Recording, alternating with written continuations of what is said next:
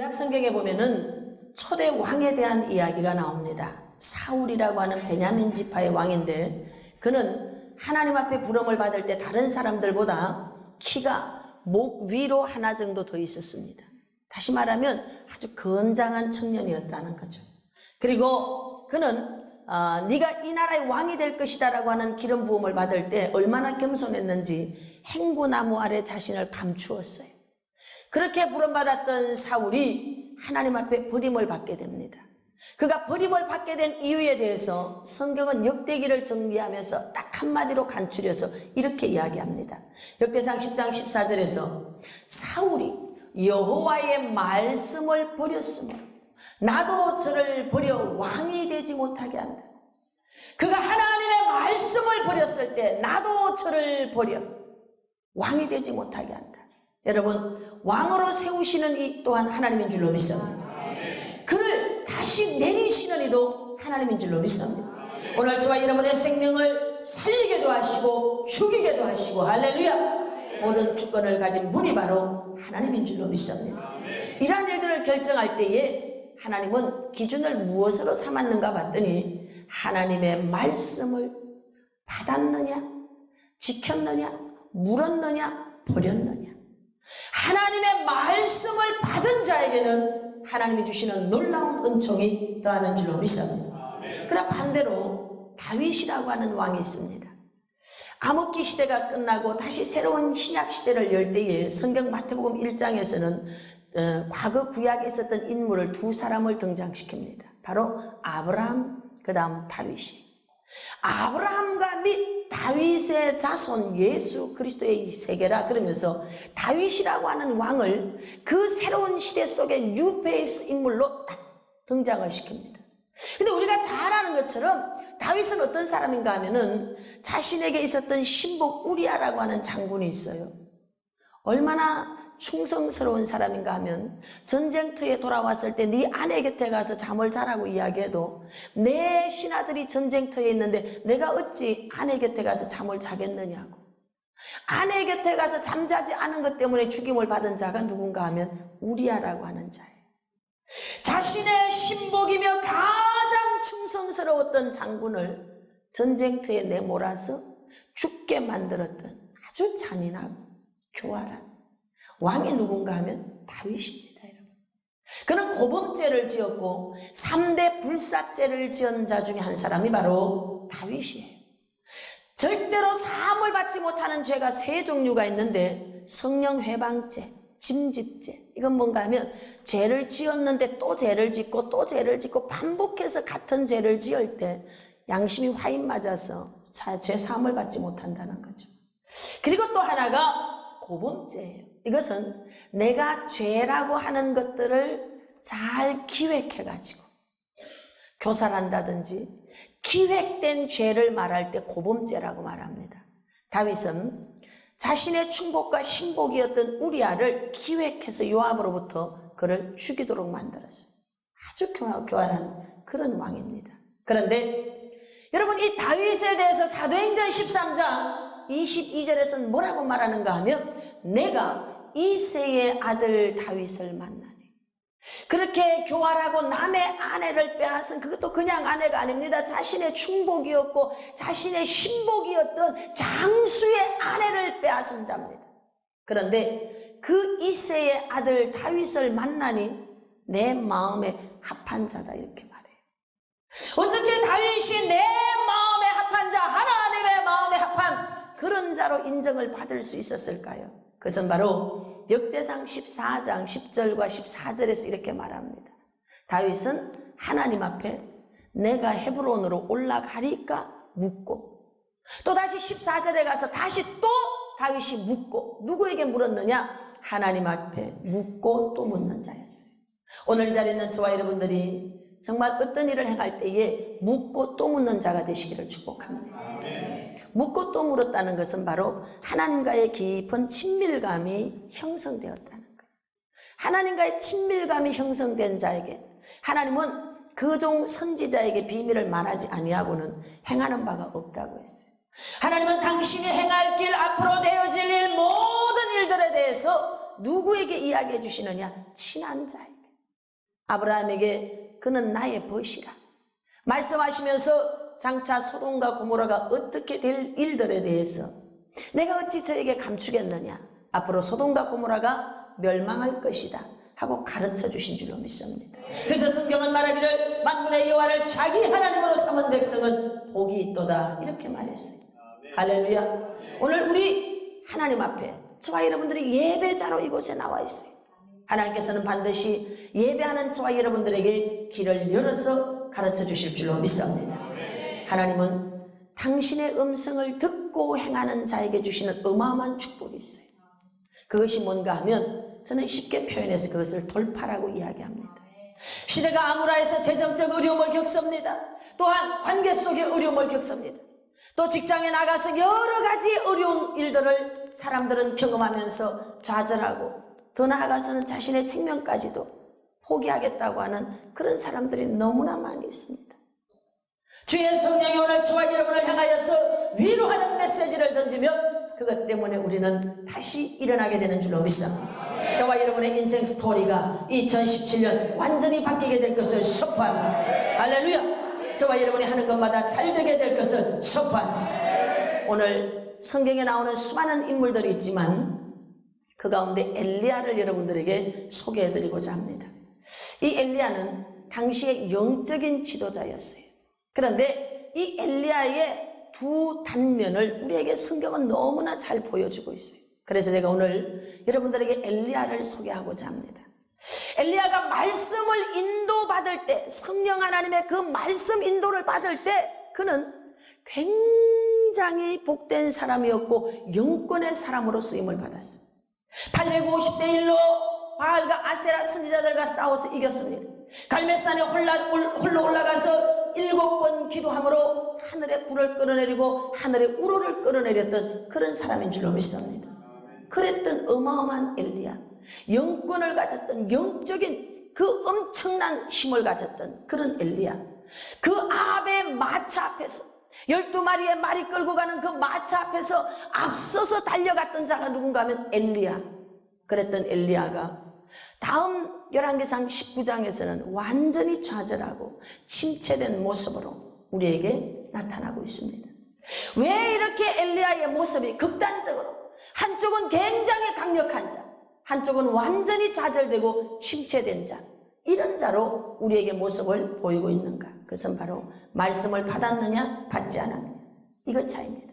엘리야가 하나님의 말씀을 받았을 때는 승승장구하고 어디를 가든지 그는 아주 용기가 있었습니다. 아합 앞에서 당당하게 서서 내 말이 있기 전에는 이 땅에 비가 오지 아니할 것이다. 그는 죽음을 불사했습니다. 조금도 두려움이 없었어요.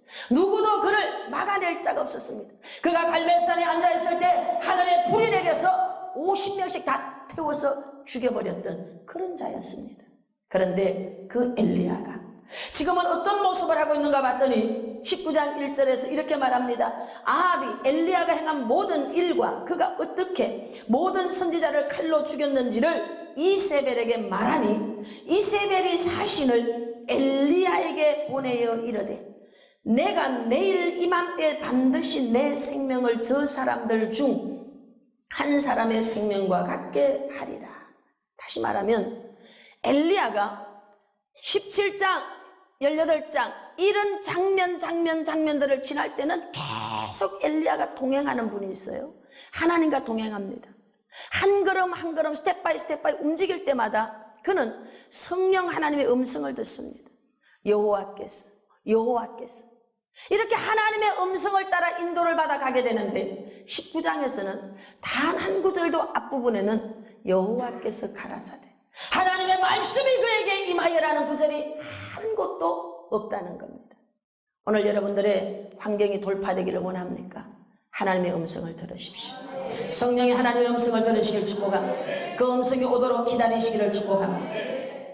이 엘리야는 성령 하나님의 음성을 듣지 못함으로 그의 시선은 초점을 잃어버렸어요. 신앙생활이라는 것은요 아주 간단합니다. 여러분, 초점 맞추기. 우리가 살아가는 이 세상은 항상 문제의 연속입니다. 어떤 분이 저에게 이래요. 목사님, 문제가 없었으면 좋겠다. 이제 간단하게 얘기했어요. 빨리 죽으면 문제가 없다. 그럼요. 화장터 아직 그렇게 많아는 아니라 그러더라고. 그냥 빨리 죽으면 간단하게 해결돼. 죄송하지만 그렇게 빨리 죽을 수 없는 게 우리의 목숨이라는 거지. 얼마나 질긴지. 어떤 사람은 너무 쉽게 죽기도 하지만요, 어떤 사람은 죽으려고 하는데 보석을 찾는 것처럼 어렵더라고. 욥기서에서 그렇게 이야기하고 있어요. 생명은 하나님께 있는 줄로 믿습니다. 어쨌든 살아있는 동안 계속 문제는 반복됩니다. 이럴 때에 저와 여러분들의 초점이 어디를 향해야 되느냐? 주님을 향하시길 바랍니다. 십자가를 바라보세요. 할렐루야. 히브리서 12장 2절 믿음의 주요 온전케 하시는 이인 예수를 바라보자. 우리가 바라봐야 되는 분은요, 주님밖에 없어요. 다른 것 쳐다보면 상대적 비교와 이런 모든 것들 때문에 좌절과 절망을 경험합니다. 그런데 오늘 엘리야가 성경에서 뭐라고 말하는가 하면 3절에 그가 이 형편을 보고 일어나. 하나님의 말씀을 듣지 못했던 엘리야의 초점이 흐려지기 시작했습니다. 오늘 여러분들이 살아있는 성령 하나님의 내적 음성을 듣지 못하면 초점이 흐려집니다. 이 사람을 보게 되고 저 사람을 보게 되고, 저 사람의 소리를 듣고 저 사람의 소리를 듣고 갈등하게 됩니다. 판단력, 분별력, 이런 모든 것들이 흐려지기 시작합니다. 그래서 사거리 인생의 교차로 지점에 서서 이리 갈까 저리 갈까 방황하게 된다는 거죠.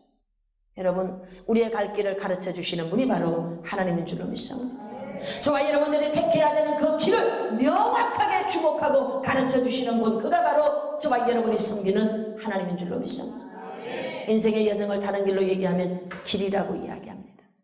민수기는 광야의 여정을 이야기하는데 이스라엘 백성이 모두 어디에서 죽었느냐? 길에서 죽었습니다.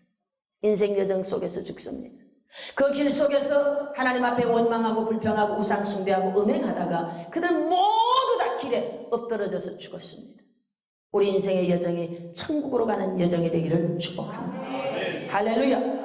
하나님이 지으신 모든 것은 선하기 때문에 감사로 받으면 버릴 게 없는 줄로 믿습니다.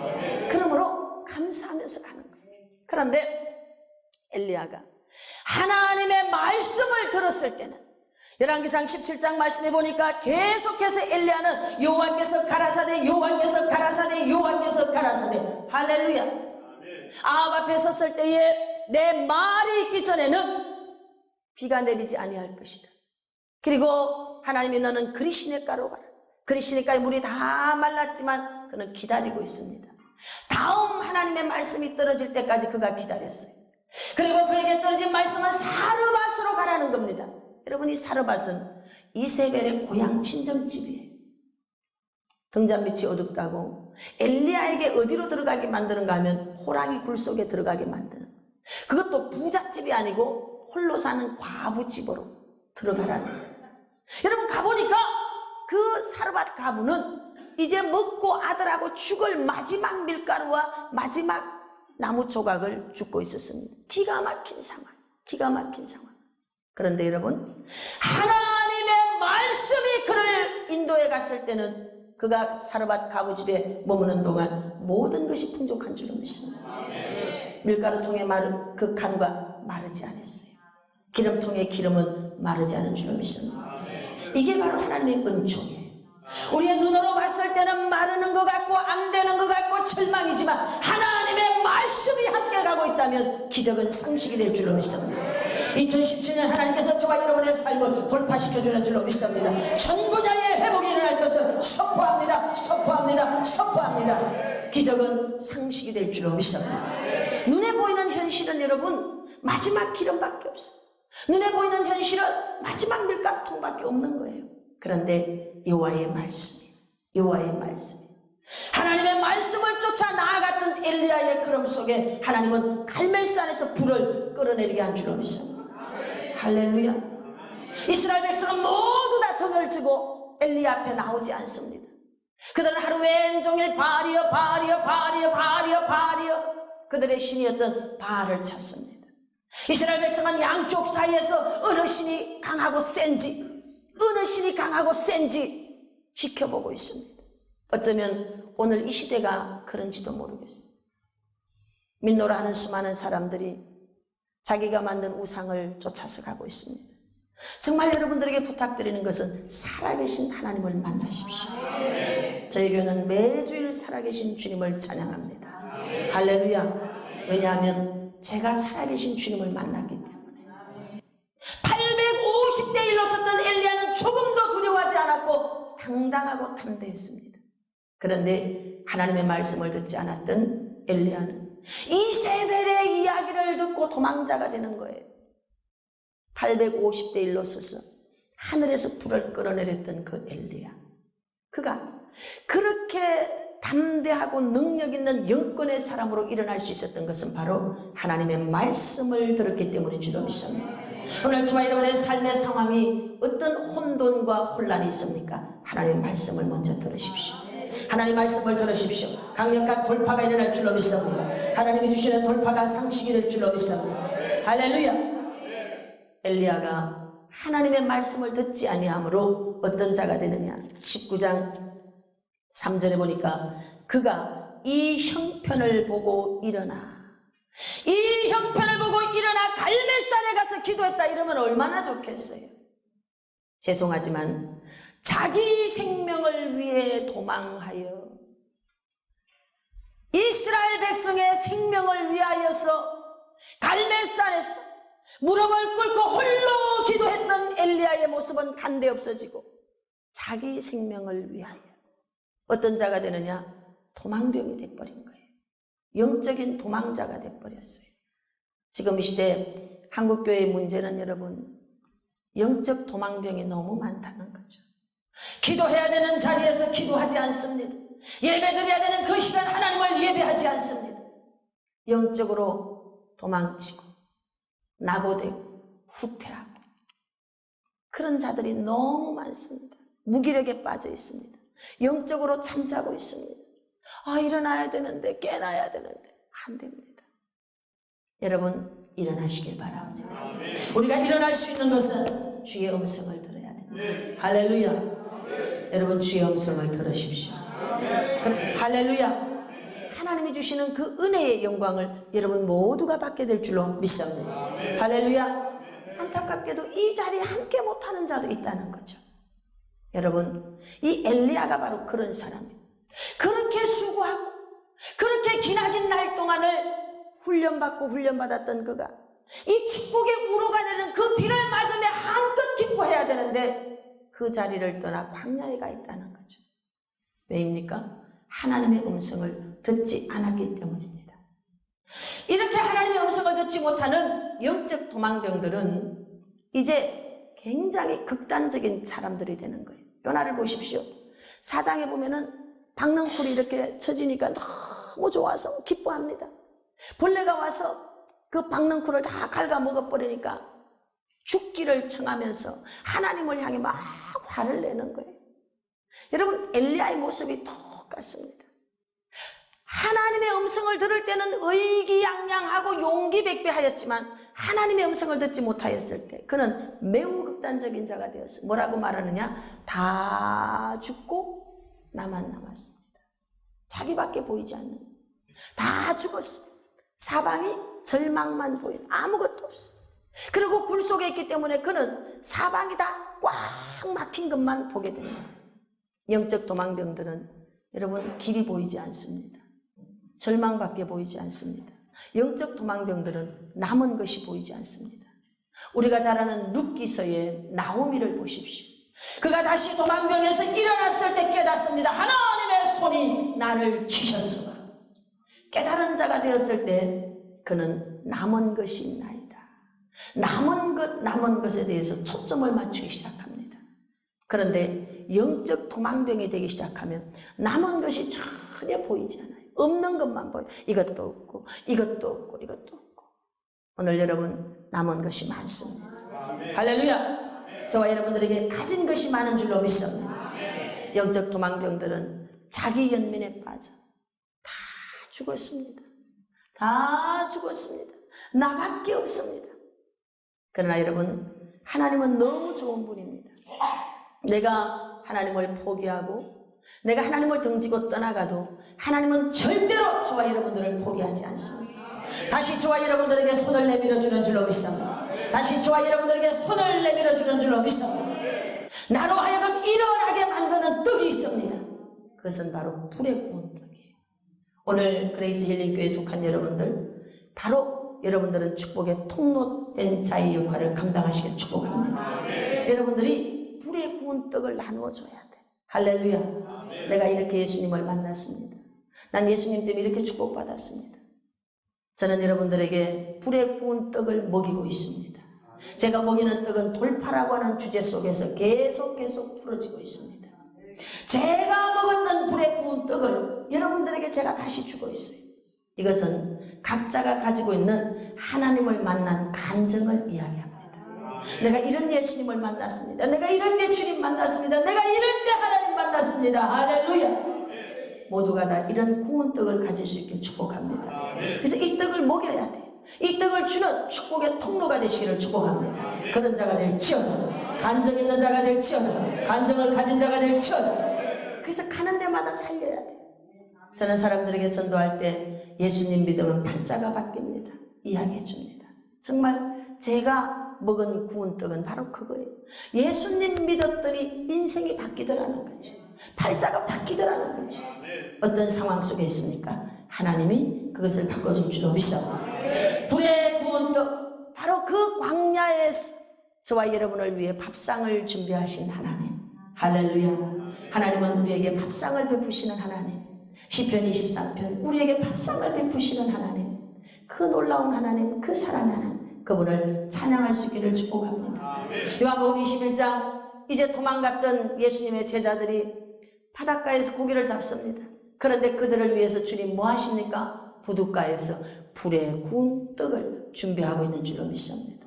지금도 저와 여러분을 위해 불에 구운 떡을 준비한 그 주님 만나는 시간 되기를 축복합니다. 만나는 시간 되기를 축복합니다. 할렐루야. 엘리야는 자기 스스로 광야길로 들어갔어요. 그러나 잠언 16장 9절은 이렇게 말합니다. 사람이 자기의 길을 계획할지라도 그 걸음을 인도하시는 분은 하나님이시다.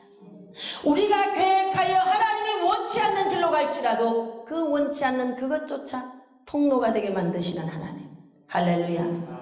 하나님께서 엘리야를 위해 새로운 길을 준비하고 있는 줄로 믿습니다. 영적 침체 장소였던 로뎀, 그 자리를 은혜의 자리로 바꿔주셨던 하나님. 또 도망갔던 그 자리가 다시 사명의 길로 반전될 수 있게 만들었던 그 하나님. 할렐루야. 언제 우리가 그렇게 됩니까? 하나님의 음성을 들을 때. 하나님의 음성을 들을 때 내 삶의 자리가 루스가 아니라 베델로 바뀌어지게 되는 줄로 믿습니다. 엘리야는 탈진과 소진, 절망 가운데 있었습니다. 그런데 그는 다시 일어났고 40주야를 달려가게 됐어요. 탈진과 소진과 절망 가운데 미래가 보이지 않았어요. 다 죽었습니다. 다 끝났습니다. 이렇게 이야기합니다. 그런데 하나님께서 그에게 구운 떡을 먹이시고 그가 일어나 다시 달려가는데 40일 낮밤을 달려갑니다.